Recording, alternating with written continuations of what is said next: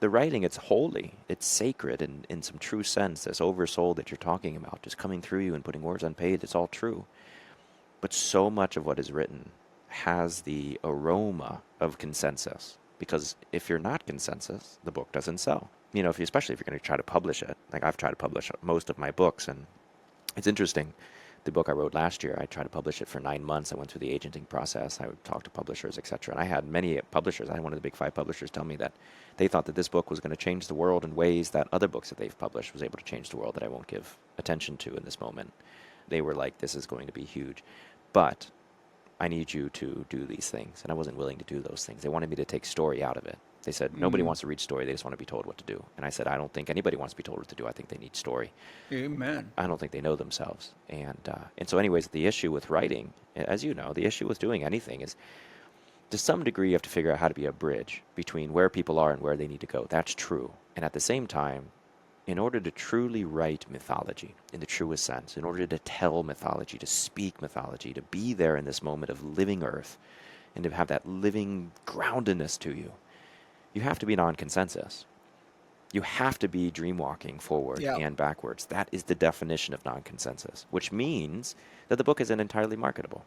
I get it. Most Yes. people who buy The Plane of Pillars, it's not consensus. This book is going to make some people mad. The book is going to be written in a way that you're not used to because all you do is read modern stories that's in consensus, right? The true Hmm. author, the true teller, the true Shanaki in my culture, we are out of consensus. And what we're trying to do is build a bridge between what is consensus and what is non-consensus. Not to make what is non-consensus consensus, but to make truth truth. Finding a new pathway forward, it takes community, it takes courage, I think, but it also takes a particular viewpoint on the end. A dear friend of mine changed my life. I brought him up earlier, Topa Lakota, and he said, Daniel, because I was talking to him about some personal pains I was having, all dealing with outcomes, personal outcomes in my life. And he said, Daniel, your entire hope is based upon the outcome. Hmm.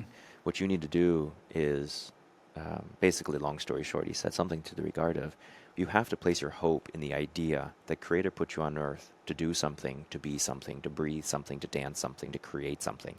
And that something is the outcome. Not that it exists in a good way or a marketable way or an economic way or a social way or a world-changing way, or that you're able to solve climate change, or you're able to totally transform the way food is processed in the United States from a destructive system that relies on cortisol to a beautiful system that relies on consent. That's outcomes. But be here to do what Creator put on the earth for you to do. Write about that. Yeah. Dance about that. Rejoice about that. Grieve about that. It was a world-changing moment in my life. Everything changed. It's the essence of what oral storytelling is. It's the essence of what mythology is.